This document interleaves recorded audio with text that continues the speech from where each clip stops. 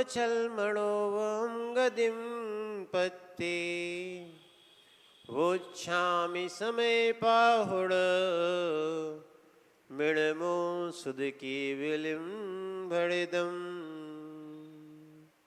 नमः समय साराय स्वान्भूत्या चकासते चिस्वभावाय भावाय सर्वभावान्तरक्षदे अनन्तधर्मणस्तत्त्वं पश्यन्ते प्रज्ञात्मनः अनेकान्तमयी मूर्तिर्नित्यमेव प्रकाशिताम् वीतरागं जिनं नत्वा ज्ञानानन्दैकसम्पदं वक्षे समयसारस्य वृत्ति तत्परिसंज्ञकां नमो अरहन्ताणं नमो सिद्धाणं नमो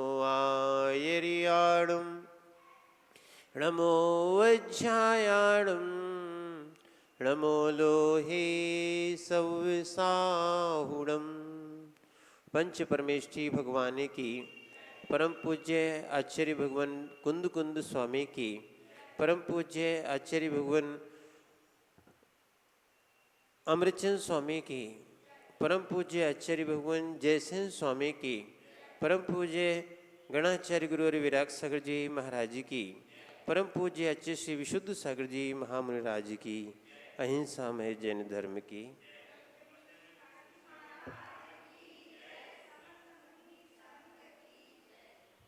भो चेतन आत्माओं, आचार्य भगवान कुंद कुंद स्वामी जी समय सार जी में समझा रहे थे कि जो अहमेदम भाव है या ममेदम भाव है, वास्तविकता में ये अप्रतिबुद्ध भाव है, अज्ञानी भाव है।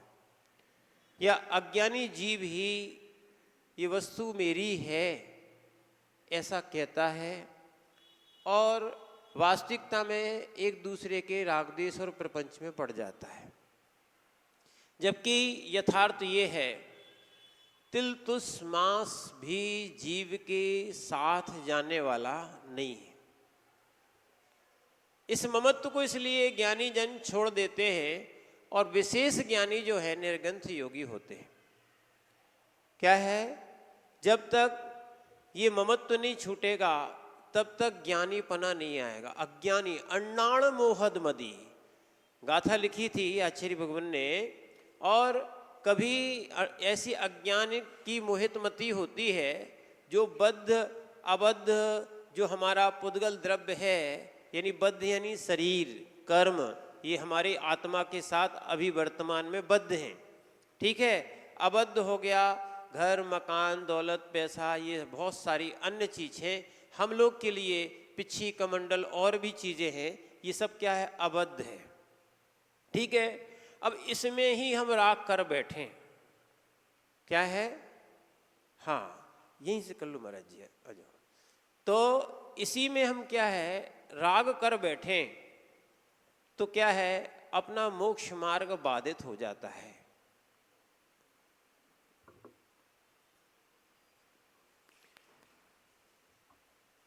इसीलिए जैसे घर छोड़ दिया या घर छोड़ने के बाद अन्य वस्तु नहीं छूट रही, क्या है, कहीं विकल्प नहीं छूट रहे, तो ये मोह दशा निर्गंथ मुनिराज को भी वो अज्ञानी दशा को प्राप्त करा देती है। वस्तु को छोड़ने के बाद भी क्या है, जैसे हम लोगों ने घर छोड़ दिया, ठीक है, अब घर के प्रति राग लगा रहे हैं, सुनना, क्योंकि हमारे पास ऐसे ऐसे प्रसंग हैं। एक बार हम लोग के साथ में एक छुल्लक जी थे, सुनना। अब हम उनसे बार बार कहें कि घर के लोग यदि याद करें तो अच्छी बात है, अपने याद करें तो अच्छी बात नहीं। सुनना। अब वो अपना अनुभव समझा रहे थे हमें, आयु में बड़े थे हमसे, ठीक है ना। तो वो कह रहे थे कि महाराज जी आपके बच्चे हुए नहीं हैं सो आपको राग नहीं है, जिनके होते हैं उनको राग होता है। तो ध्यान रखना, जब वर्तमान, कहने का अर्थ ये है, फिर उनको समझाया जब वर्तमान पर्याय का राग नहीं छोड़ पाएंगे तो अनंत भवों के कर्म कैसे छूटेंगे। समझो आप बात को, क्या है, ये ममत्व छोड़ना ही पड़ेगा। ना मार हमारा कोई है ना हम किसी के हैं, तब जाके ध्यान हो पाता है, अन्यथा ध्यान भी नहीं हो पाता है। अपन माला पकड़ लेते हैं, अगर माला भी करते हैं तो माला पकड़ लेते हैं और ध्यान कहीं और का चलता है। कई बार ऐसा होता है कि हम मंदिर में बैठ के भी, प्रवचन में बैठ के भी प्रवचन में नहीं बैठे होते हैं। ये मोह दशा जीव को घुमाती रहती है। इसीलिए यहाँ पर आचार्य महाराज कह रहे हैं ऐसा ममत्व तो कहीं निर्गंथों के पास भी ना आ जाए, नहीं तो सब कुछ छोड़ा फिर भी नहीं छूटा, क्योंकि अंतरंग और बहिरंग दोनों से छूटना चाहिए। क्या है, अगर ऐसी दशा आती है तब वो निर्विकल्प ध्यान कर सकते, इसी को निर्विकल्प समाधि कहा गया। क्या है, नहीं तो आत्म ध्यान कैसे कर पाएंगे वो योगी जो ये बद्ध अबद्ध को मेरा कह रहा है, भी अप्रतिबुद्ध है। यहाँ तक कि स्टोप देश में भी एक गाथा आई है, वो इसी के आधारित है, वो उसको लघु समय सार कहा जाता है। किसको? हाँ, कि ज्ञानी जब बनता है, यहाँ अन्नाण मोहद मदी, जिसकी अज्ञान की मोहित मति होती है, या मोहित मति जीव जो अज्ञानी कहलाता है, वो निज स्वरूप को प्राप्त नहीं कर पाता है। क्योंकि ये सर्वज्ञ भगवान ने भी कहा है, कभी पुद्गल जीव होगा क्या, जीव पुद्गल होगा क्या। जब नहीं होना है तो क्यों अपन मोह करें, समझा, क्यों अपन मोह करें। तो आचार्य भगवान इसी बात को स्टोपदेश में भी इसी बात को समझाया है। यथा, जबकि ये गाथाएं दो हैं बिल्कुल सेम, यथा यथा समायाति संवित्तौ तत्त्वमुत्तमम् तथा तथा न रोचन्ते विषया सुलभापि, यथा यथा न रोचन्ते विषया सुलभापि तथा तथा समायाति संवित्तौ तत्त्वमुत्तमम्।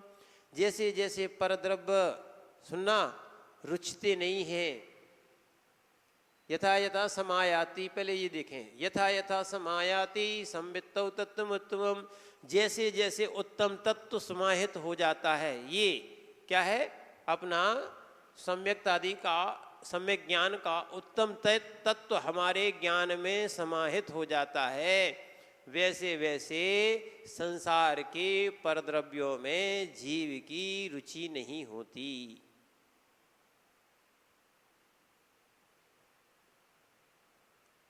समझो आप बात को।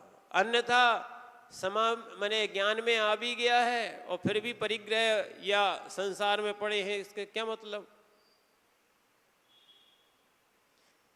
चौथे तक श्रद्धान होना या चौथे तक ज्ञान होना मान सकते हैं, ठीक है ना।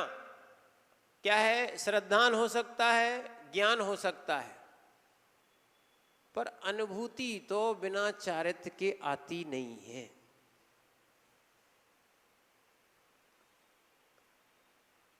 सुन लो अच्छे से, शुद्धात्मा की अनुभूति ग्रस्त जीवन में नहीं आ सकती,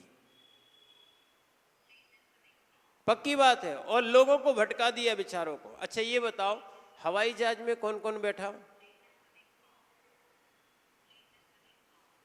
1 2 3 4, आप भी बैठ गए। अच्छा, और लोग नहीं बैठे हैं हवाई जहाज में?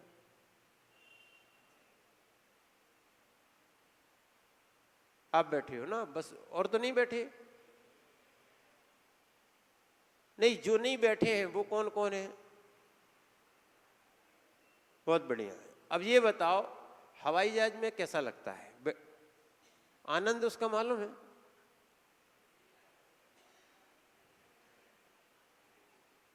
नहीं नहीं, जो नहीं बैठा उसको मालूम है। अरे भैया, हवाई जहाज में नहीं बैठे हो, कार में बैठे हो, गाड़ियों में बैठे हो, पर हवाई जहाज में नहीं बैठे, उसका अनुभव मालूम क्या? बताओ ना, क्या है? बिना बैठे हुए को अनुभव मालूम है क्या? तो बिना, जब गाड़ी में बैठे बिना अनुभव नहीं मालूम है, तो बिना चारित्र की अनुभूति कैसे हो सकती? अभी बता रहे आपको, अनुभूति की बात कर रहे हैं ना। जिसने माना कि क्योंकि रसगुल्ला तो लगभग सबने खाया है, इसलिए वो बात नहीं कही। अरे जिसने जिस वस्तु का, है ना, अनुभव नहीं लिया है, उसका अनुभूति कैसे आएगी? अशुद्ध आत्मा की अनुभूति तो आ सकती है, राग आदि की सुख दुख की अनुभूति आ सकती है, पर शुद्ध आत्मा की अनुभूति जब की नहीं है, ये संबंधों का आपने, ये संबंधों से आप छूटे नहीं हो, तो वैसी अनुभूति नहीं आ सकती। सीधी सीधी बात है। जब आप हवाई जहाज की अनुभूति नहीं बता सकते हो बिना बैठे, तो बिना चारित्र की अनुभूति कैसे आ सकती है?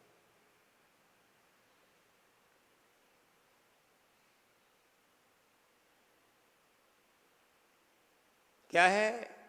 बिना बैठे गाड़ी में, माने हवाई जहाज में, अब लोग हवाई जहाज की अनुभूति पूछे कोई नहीं बता सकता।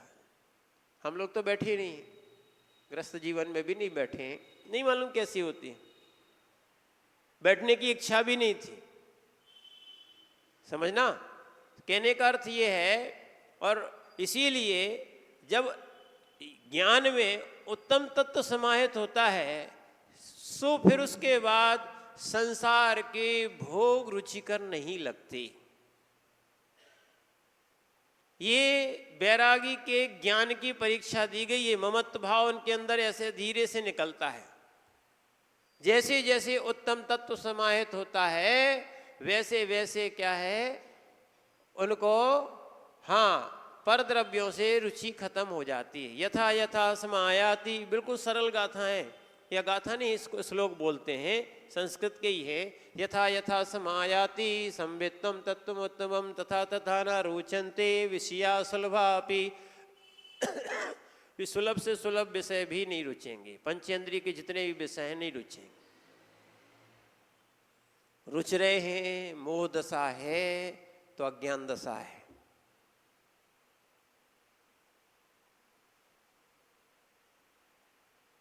क्या है? छेडाला में भी आपने पढ़ा है, मोह महामद भूले आपको, पढ़ा ना, कि मोह रूपी मदरा अपन ने पी ली है और अपने स्वरूप को अपन भूल गए। ये मोह का नशा जब तक नहीं उतरता है, तब तक समझ में नहीं आता है।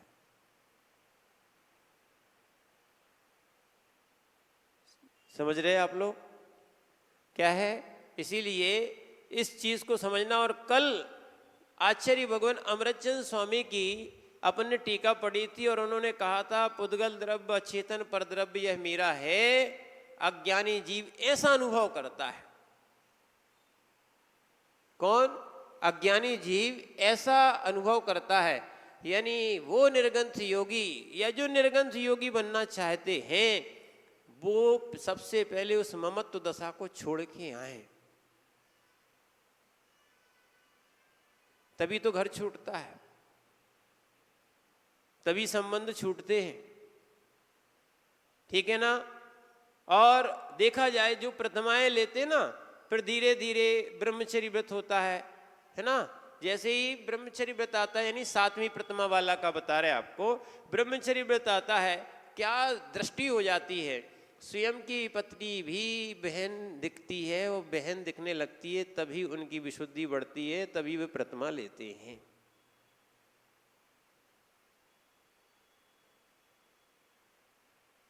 क्या है? फिर आगे बढ़ते हैं, आरंभ हिंसा का त्याग, फिर परिग्रह त्याग प्रतिमा है, फिर उसके बाद पापों की अनुमति का भी त्याग, कि हम पाप के कार्यों में कोई भी अनुमति नहीं देंगे, ऐसी क्या हो जाती है? 10वीं प्रतिभा। अनुमति त्याग क्या है?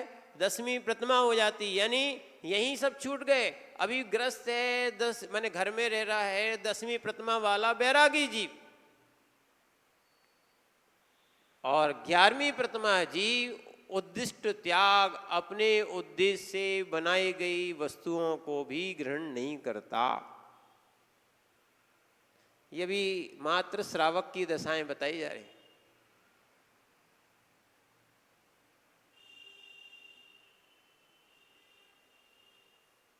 बार बार इन बातों को अगर नहीं समझोगे ना, हम लोग भी इसलिए बार बार कहते हैं कि इससे हम लोगों के व्रतों में स्थिरता आती है। नहीं तो घर छोड़ दिया, घर के प्रति राग नहीं छूटा, ममत्व नहीं छूटा, तो ये ज्ञानी दशा नहीं कहलाएगी। क्या है? ये बिल्कुल बात मान के चलना, जैसे बेटी का विवाह होता है, घर वाले पहले ही कहते हैं उससे, भैया थोड़ा सा पंखा बंद कर लो, निकल गए, ठीक। तो कहने का अर्थ है वो पहले ही कहते हैं कि बेटी पराई है। क्या है? और जैसे ही विवाह हो गया तो सब माता पिता और भाई तो समझ लेते हैं, पर क्या करें, कैसी कैसी ममता है, कैसी कैसी ममत्व दशा है इन माओं की भी। एक घर तो ठीक, दो दो घर से राग रखते हैं। विचार करो। और जबकि जिस घर में आते हैं उस घर के कहते तुम तो पर दूसरे घर से आई हो, ठीक है ना। और दूसरे घर वालों ने क्या है, संबंध छोड़ दिए, तो वो कहते तो पराई है, अब तो विवाह हो चुका है ना। यहाँ कोई गति नहीं है, फिर भी ममत्व दशा सबसे ज्यादा कहाँ? माँ के पास मिलेगी। एक घर नहीं, दो दो घर से मोह कर रही। ऐसे ही ध्यान रखना, ऐसे ही योगीराज घर को छोड़ के आए, सब घर वाले हैं ना, वे भी कह रहे हैं कि हाँ दीक्षा हो गई, छूट गए।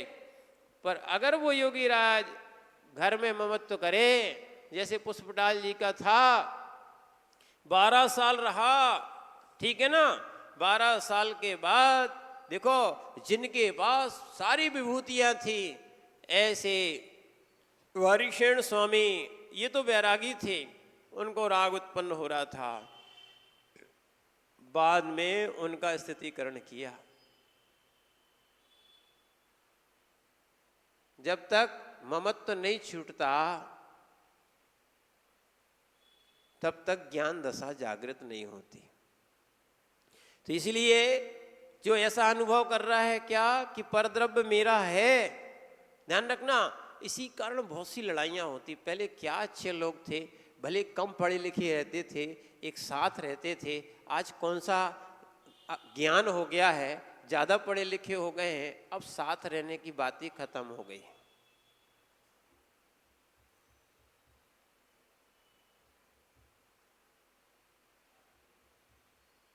ये ज्ञान नहीं है, अज्ञान है।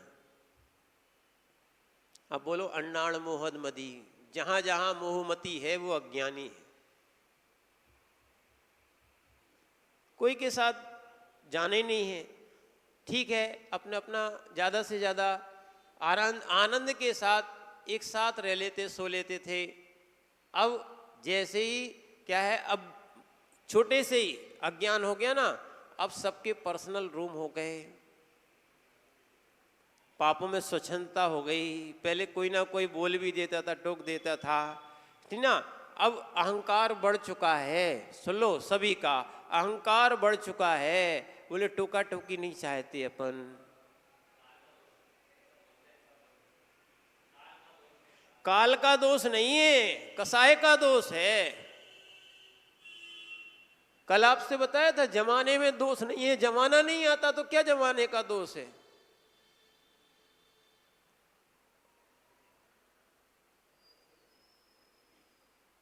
सीधा सीधा है, जमाना की कोई दोष नहीं है। अरे द्रव्य क्षेत्र काल भाव इतना सुंदर मिलने के बाद क्या है, और ऐसा अनुपम समय सार जी जैसा ग्रंथ मिलने के बाद क्या है, ममत्व दशा नहीं छूट रही। कई लोगों ने तो समय सार के भी अलग अलग विभाग करके, धर्म करके पंथ बना लिए। ये सब अज्ञानी जीव है। होना चाहिए था इन मोह और परिग्रह से अलग, सो हो गए समाज से अलग। इसका नाम धर्म है क्या? बताओ, क्या होना था? परिग्रह से, पापों से, मोह से अलग होना चाहिए। इसका नाम समय सार की बात थी कि हाँ, समय सार में पढ़ा था, समझा था, सो अपन को ये चीज समझ में आई, है ना। अलग से पंथ बनाने की आवश्यकता ही नहीं थी, लिखने वाले निर्ग्रंथ थे। समझो आप बात को। तो कहने का अर्थ है, ऐसी अनुभूतियां क्या है, अब क्या है, बहुत सारे लोग समय सार को सुनाते ही नहीं है। इतना आनंद का विषय है, वो पूरा निर्ग्रंथ योगी के लिए ही लिखा। उस समय सार में बहुत सारा न्याय का, व्याकरण का, सिद्धांत का, सारी चीजों का वर्णन है। और अन्य जो मिथ्या मत है उनका बहुत सारा खंडन है। दर्शन शास्त्र जी, यानी सीधा सीधा है। हमारे आप्त, हमारा निर्ग्रंथ, हमारा समय सार मोहित मति वाला नहीं है।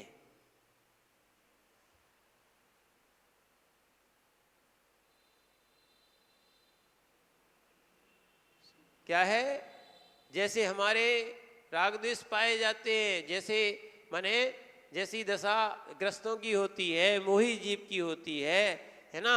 ऐसे ही आप्त में और गुरु में मिले तो काय के आप्त, काय के गुरु। अपनी भी अंदर हटाना है। प्रत्येक जीव भगवान की सत्ता से युक्त है। उस सत्ता को पहचानो और मोह से धीरे धीरे कम करो, हटाओ। क्या है, इसीलिए बहुत अच्छा वर्तमान का काल बहुत अच्छा चल रहा है। कितनी सारी दीक्षाएं हो रही हैं, कितने सारे योग बन रहे हैं। ध्यान रखना, समय खराब नहीं चल रहा है, समय तो बहुत अच्छा आया है। क्या है, मोह दशा छूटे तो। जीव की मोह दशा छूट नहीं रही, तो वो मोह दशा नहीं छूटेगी। जो जो कहता है ये मेरा है, अज्ञानी है, ऐसा अनुभव करता है। ये अपन ने पढ़ लिया था। और उन्होंने कहा है कि अपना अपना स्वभाव जो है ना, मोह से आच्छादित हो गया है। किससे? मोह से आच्छादित हो गया है। एक और बात बताएं, एक बार वर्णी जी से क्या है, एक व्यक्ति ने, सेठ जी ने पूछा, हम घर छोड़ना चाहते हैं, घर नहीं छूट रहा है। तो ठीक है, वर्णी जी ने कहा, अच्छे समय सार के ज्ञाता थे, और यहाँ तक कि ऐसा समय सार उनको कि ये अमृतचंद स्वामी की आत्मख्याति टीका तक जिनको याद थी। गाथाएं तो ठीक, उन्होंने इन तक को याद कर लिया था। ऐसे अध्यात्म के अच्छे माने ज्ञाता, सुनना, और वक्ता वर्णी जी कहे जाते थे। ऐसे ज्ञानी के पास एक सेठ जी ने कहा कि क्या करें, हम तो घर छोड़ना चाहते हैं, पर घर वाले घर नहीं छोड़ने देते हैं, क्या किया जाए। तो उन्होंने कहा कि कल आना। क्या कहा? कल आना। ठीक है ना। दूसरे दिन वैसे ही सेठ जी आए। वर्णी जी ने क्या है, एक खंबा पकड़ के खड़े हो गए। खंबे को पकड़ के क्या हो गए, खड़े हो गए। ये गाथाएं और ये दशाएं प्रैक्टिकल दिखा रहे थे। क्या हो गया, खंबे को पकड़ के खड़े हो गए। सेठ जी सोच रहे भले एक्सरसाइज कर रहे होंगे, क्या कर रहे हैं, थोड़ी देर नहीं बोले। फिर उसके बाद ठीक है, उन्होंने अपना आशय रखा कि पंडित जी, हम कल का उत्तर लेने आए हैं। ठीक है, उन्होंने कहा कि ठीक है, जब खंबा छोड़ देगा तो बात करेंगे। ज्ञानी है, समय सार के ज्ञाता जीव है ना, अब वो क्या समझाएं उनको, क्या बोले कि वे कह रहे हैं कि खंबे ने मुझे पकड़ लिया है, खंबा छोड़ देगा तो हम उत्तर दे देंगे। थोड़ी देर और बैठे रहे, फिर उसके बाद नहीं रहा गया तो उन्होंने बोल दिया, पंडित जी क्या है, दोनों हाथ छोड़ दो, खंबा छूट जाएगा। पंडित जी ने कहा ठीक है, ठीक कह रहे हो। बोले हाँ बिल्कुल है। उन्होंने जैसे ही हाथ खोले, खंबा क्या हो गया, छूट गया। तो सेठ जी से कहा, जैसे आप हमें समझा रहे हो वो दशा हम आपको प्रैक्टिकल में दिखा रहे हैं। जो आप कल प्रश्न किया था उसका उत्तर आज है कि तुम ही है ना व्यक्तियों को पकड़े बैठे हो, और क्या है, क्या है, और कहते हो कि क्या है, लोगों ने मुझे पकड़ लिया है।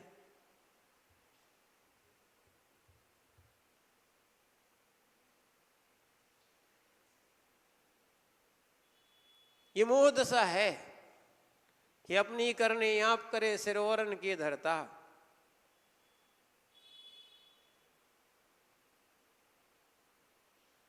मोह दशा नहीं होती तो क्या कोई किसी को पकड़ सकता था? मोह दशा नहीं होती तो क्या घर में रह सकते थे? निर्मोही जीव घर में रह सकता है क्या?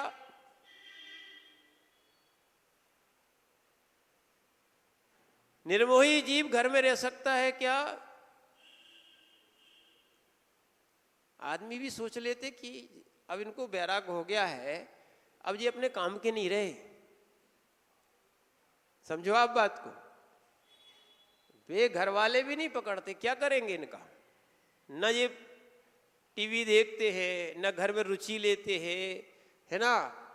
जब ये राग रंग की बातें नहीं करते हैं तो लोग धीरे से, चाहे माता पिता हो, चाहे है ना पति हो, चाहे पत्नी हो, चाहे कोई भी हो, सब धीरे से छोड़ देते। जब तक राग करोगे तब तक वे तुम्हें है ना आश्रय दिए हैं, फिर बैरागी जैसे हो जाते हैं। सुनना, आप उनकी जैसी बातें मत करो, देखना अपने आप धीरे धीरे। अब बैरागी बैराग की बात करेगा, संयम की बात करेगा, है ना। बहुत सारे लोग जैसे रागी हम लोगों के पास नहीं आते। सही बात तो यही हो रहा, क्या है, जिनको संसार की आकांक्षाएं हैं वे हम लोग के पास बैठते नहीं, आते नहीं, क्योंकि महाराज जी वो बातें नहीं करते।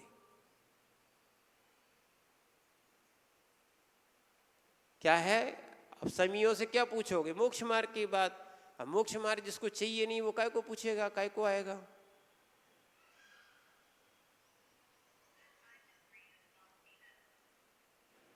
ध्यान रखना, जब तक ऐसा तत्व सुनोगे नहीं तब तक अज्ञानता छाई रहेगी।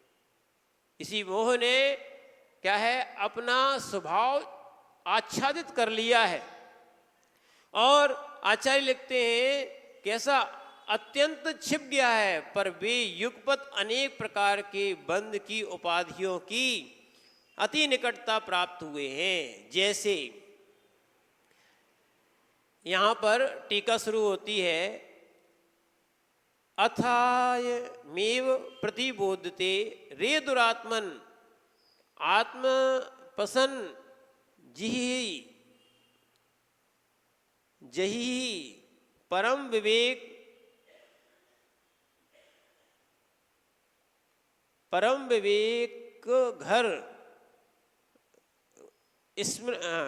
विवेक की घ स्मृत तृण विरह वेत्तम दूर निरस्त समस्त संदेह विपर्यासन सन्नद्धवा अध्यवसायिने विषयिक ज्योति ज्योतिषा सर्वज्ञ ज्ञानी ने स्फुटम कृतु किल नित्योपलक्षण जीव द्रव्यम। एक और पढ़ लेते हैं, तत्कथम पुद्गल द्रव्य भूतेन हीन पुद्गल द्रव्य मवेदम इति अनुभसी। यतो यदि कथंचन नपि जीव द्रव्यम पुद्गल द्रव्यम भूतम स्यात् पुद्गल द्रव्यंच जीव द्रव्य भूतम स्यात् तदेव क्या लवणोस देख ममेदम पुद्गल द्रव्यम इत्यनुभूति किल घटे ततु न कथंचित स्यात्। आचार्य महाराज ने यहाँ बताया कि अथ अयमेव प्रतिबोधते। आचार्य महाराज कह रहे हैं यहाँ पर नहीं, मैंने पहले तो एक अज्ञानी को समझाने के लिए यहाँ पर एक संबोधन दे रहे हैं, जैसे स्फटिक मणि। कैसा? जैसे स्फटिक मणि। देखा, बहुत सी प्रतिमाएं देखी होंगी, कांच जैसा होता है। स्फटिक मणि है ना, या स्फटिक पाषाण में अनेक तरह के वर्ण की निकटता से अनेक चित्र विचित्र दिखते हैं। कैसे दिखते हैं? स्फटिक मणि में जैसा पीछे आवरण होता है या जैसा नीचे आवरण होता है, जैसा संयोग होता है, स्फटिक मणि वैसा दिखता है। क्या है? देखो, हम लोग के पास ये माला है, ये भी काय की है? स्फटिक की। अगर यहां रख दो तो इसी कलर की दिखती है। क्या होता है? स्फटिक मणि में अनेक तरह के वर्ण की निकटता से अनेक चित्र विचित्र दिखाई देते हैं। स्फटिक का स्वयं का स्वच्छ निर्मल भाव नहीं दिखाई देता है। उसी प्रकार यानी स्फटिक मणि का जो कलर है वो दिखाई नहीं देता, जब उसके पीछे कहीं कोई आवरण आ जाता है वैसा दिखाई नहीं देता है। उसी प्रकार कर्मों की उपाधि से आत्मा का शुद्ध स्वभाव आच्छादित हो रहा है।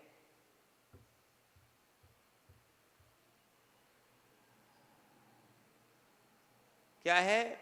मान लिया है कि ये हमारे हैं, हम इनके हैं, ना कोई तुम्हारा था ना कोई तुम्हारा होगा, ना है। मात्र इसी संबंध से संसार चल रहा है। जिस दिन ये संबंध क्या है, अच्छा जो दिख रहा है, अगर वैराग आ गया, ज्ञान आ गया या धक्का और धोखा मिल गया, तब कहते हैं संसार असार। यहाँ एक नया सुना था, मोह माया धोखा है। माने अपन क्या है, गा लेते हैं। हमने बताया ना 12 भावनाएं गा लेते हैं, कभी भाते कहाँ है? गाते हो आप, भाते नहीं हो आप। किसा नित्य है, राजा राणा छत्रपति सब लोग गा लेते, बड़ा अच्छा लगता है। भाते कहाँ है? जैसे दही को भाया जाता ना, तो उसमें से मक्खन निकलता है। ऐसे अच्छे से भाया जाए इसको, तो इनको भाने से वैराग्य निकलता है।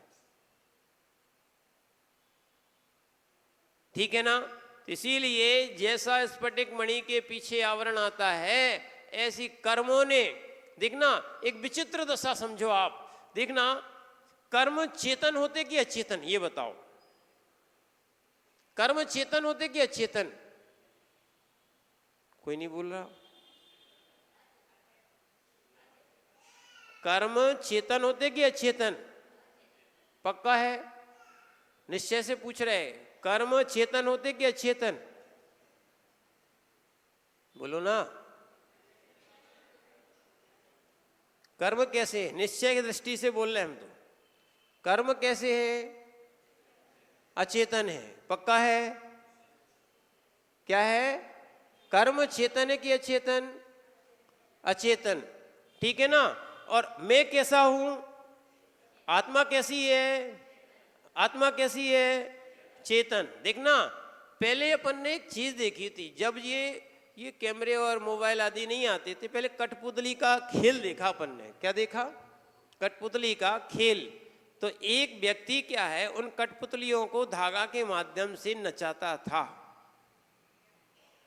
एक जीव वो कठपुतलियों को नचाता था। देखा?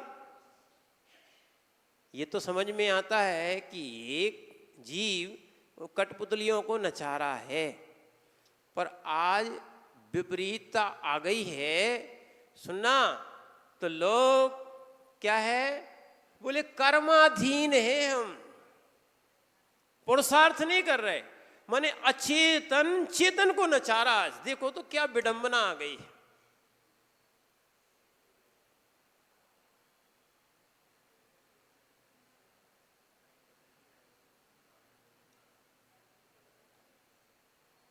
अब ये बताओ, अचेतन कभी बांधे हैं क्या? सुनना, कई लोग बोलते कि सामने वाला दिख गया, सबका बहुत सा प्रश्न, क्रोध आ गया, सामने वाला दिख गया तो राग आ गया, द्वेष आ गया, मोह आ गया। अरे वो वस्तु सामने वाला है, तुम उसको उपयोग में क्यों लाए?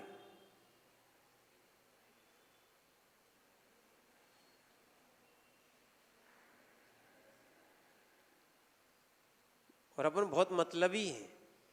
जब हमें व्यापार करना होता है तो सारी क्या है, द्वेषता खत्म हो जाती है।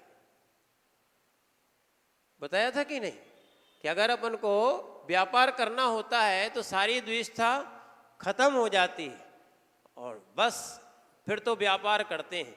समझना, चाहे शत्रु भी सामान लेने आता उसको दे देते कि नहीं देते? समझ रहे आप बात को? और जैसे ही धर्म ध्यान में आते हैं सो फिर एक दूसरे को देख के मुंह बना लेते।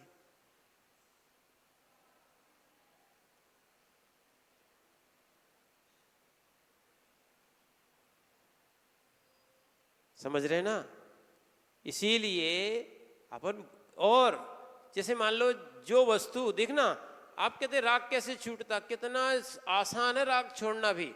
आप दुकानदार हैं यदि, ठीक है, दुकानदार हैं, जब तक माल आपका है सो राग है, जैसी बिक गया तो राग खत्म।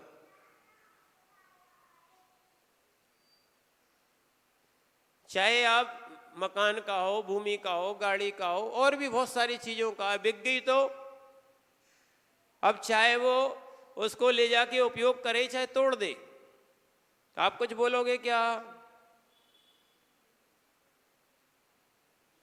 यानी सीधा सीधा ये है, क्या है, संबंध अपना अपन जानते कैसा छोड़ा जाता है। राग अपन का छूट सकता है पर अपन ही अज्ञान दशा बनाए बैठे हैं। सुनना कि कर्म हमें नचा रहा है, ये बिल्कुल बात गलत है। क्या है, हम ही मोह के कारण है ना नच रहे हैं, विडंबना हमारी है। ठीक है ना? इसीलिए आचार्य महाराज लिख रहे थे यहां पर, आत्मा का शुद्ध स्वभाव आच्छादित हो रहा है। क्या है, जैसे स्फटिक निर्मल स्वभाव को नहीं दिखता, उसी प्रकार कर्मों की उपाधि से क्या है, आत्मा का माने शुद्ध स्वभाव आच्छादित हो रहा है, वह नहीं देखता। यही कारण है कि पुद्गल द्रव्य को अपना मानता है। किसको? पुद्गल द्रव्य को। ध्यान रखना, ऐसी व्याख्याएं कहीं भी नहीं है। क्या है, इसीलिए तो इन निर्गंथ योगियों को मठ और मंदिरों और क्षेत्रों में बांधा ही नहीं है।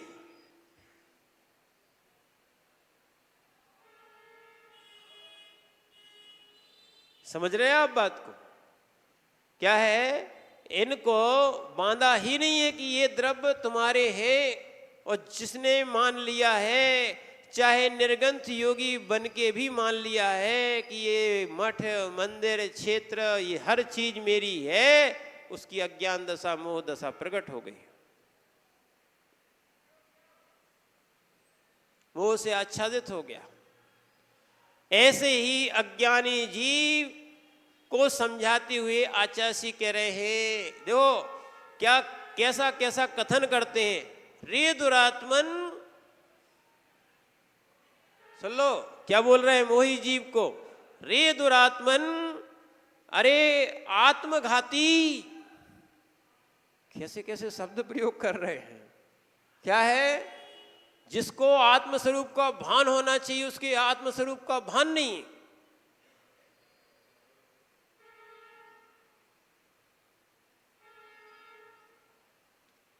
आज तक क्या समझा है?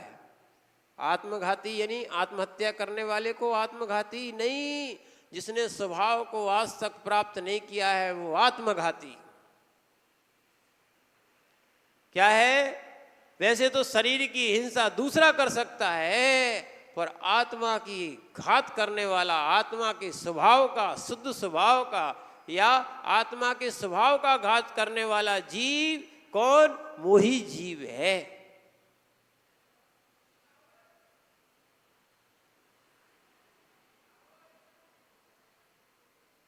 सोच लो अब आप। रे दुरात्मन, हे आत्मघाती, आत्मवंचक, तू छोड़ और परम अविवेक से अति गृध्र को करके तृष्णा सहित भोजन को छोड़, अर्थात जैसे तृण सहित सुंदर भोजन को हस्ती आदि पशु खाते हैं, ऐसे खाने के स्वभाव को छोड़ दे। क्या है ये? और सर्वज्ञ के ज्ञान से प्रकट हुआ है कि यह जीव द्रव्य नित्य ही उपयोग स्वभाव वाला है। तत्वार्थ सूत्र में कुछ पढ़ा था, आत्मा का लक्षण दूसरे अध्याय में उपयोगो लक्षणम, बस तत्वार्थ सूत्र का पाठ हो गया, बात खत्म हो गई। चतुर्दशी के दिन, अष्टमी के दिन क्या करना है? तत्वार्थ सूत्र का पाठ सुनना है या करना है। इसको उपयोग में कहाँ लगाते हैं? जीव का लक्षण क्या था? उपयोग। उपयोग को कभी उपयोग में लगाया क्या? उपयोग को उपयोग में लाए क्या? नहीं लाए। तो ये दुरात्मा है। इस उपयोग में संसार के मोह और मोह से सारे द्रव्यों को जीव ने बांध लिया है। क्या है? आजकल कैसे कैसे भजन महाराजों के भी लिए बना दिए। हम तुम्हारे थे गुरुजी, तुम हमारे हो। कहाँ का राग तुमने कहाँ लगा दिया? यहाँ यानी ममत्व दृष्टि जो थी वो भी तुमने साधुओं और साधुओं को बांधने में लगा दी। कैसे तुम कह रहे हो? ये अज्ञान दशा नहीं है? हे दुरात्मन, आत्मघाती, बोलो अब। इसलिए तो विहार करते कहीं मोह राग ना हो जाए। समय तो हो ही गया है, बहुत हो गया है, बस थोड़ा सा और बता दे। क्या है? ये जीव ऐसा अज्ञानी बना है। और देखो, जब तक मोह नहीं छूटेगा तब तक संसार छूटने वाला नहीं है। संसार से छूटना है ना, मोह छोड़ दो, नहीं तो अज्ञान दशा रहेगी, वस्तुएं नहीं छूटती। तो क्या है? द्रव्य नित्य ही उपयोग स्वभाव वाला है। कौन सा? आत्मा उपयोग स्वभाव वाली है। भला पुद्गल द्रव्य रूप कैसे हो सकता है? ये जीव पुद्गल हो सकता क्या? जो गाथाओं में आचार्य महाराज ने 3 गाथाओं में कहा, उसी की टीका चल रही है कि जिसे तू यह पुद्गल द्रव्य माने पुद्गल द्रव्य मेरा है ऐसा अनुभव करता है, ठीक है ना? वस्तु बाजार से ले आओ, अपनी हो गई कि नहीं हो गई? किसी ने गिफ्ट दे दी, अरे ध्यान रखना, गिफ्ट दी उसने, तुम्हारे लिए ममत्व और संक्लिष्ट था, दे दी, अब टेंशन तुम करो।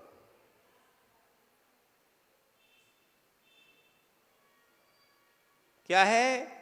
इसलिए गुरुजन, इसलिए बैरागी जीव संसार के लोभ में नहीं पड़ते। क्या है? ऐसा अनुभव करता है कि यह मेरा है।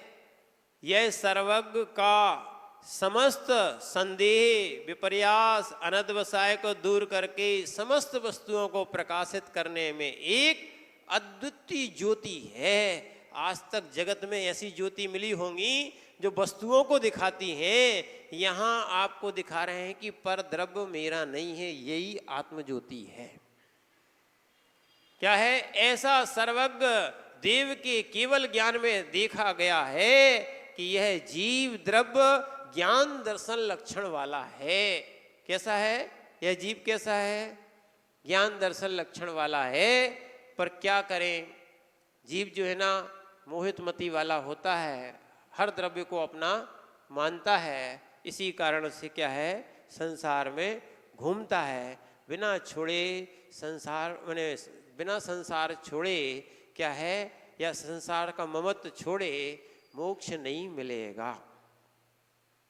यहाँ तक कि इस पर्याय को छोड़े, बिना छोड़े आप देव पर्याय में भी नहीं जाएंगे।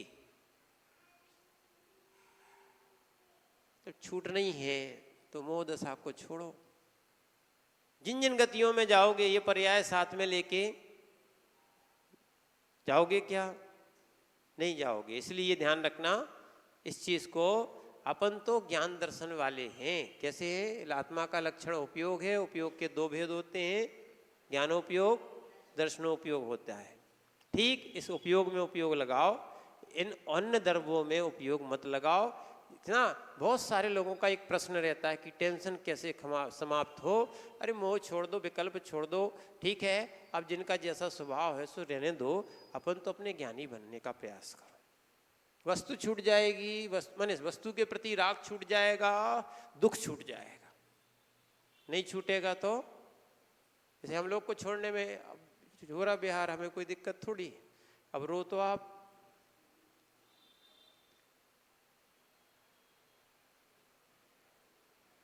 समझना।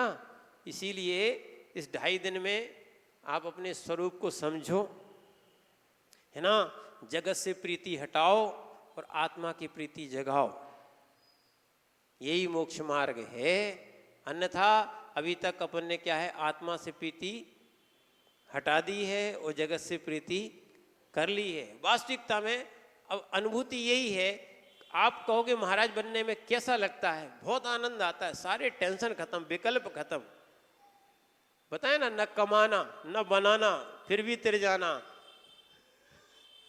तुम कमाते हो, बनाते हो, फिर भी नहीं तिर पाते हो।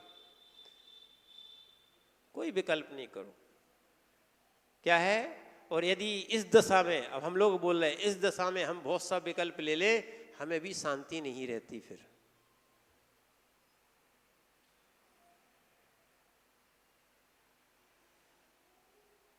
क्या है? इसलिए ऐसा सबसे ज्यादा सुख है तो मुनि अवस्था में है, यानी ये महाव्रत और निर्मोह दशा में है। मोह दशा में तो दुख ही दुख होता है। ठीक है ना। इन बातों को समझें और मोक्ष मार्ग को प्रशस्त करें। ओम नमः सिद्धेभ्यः। अतः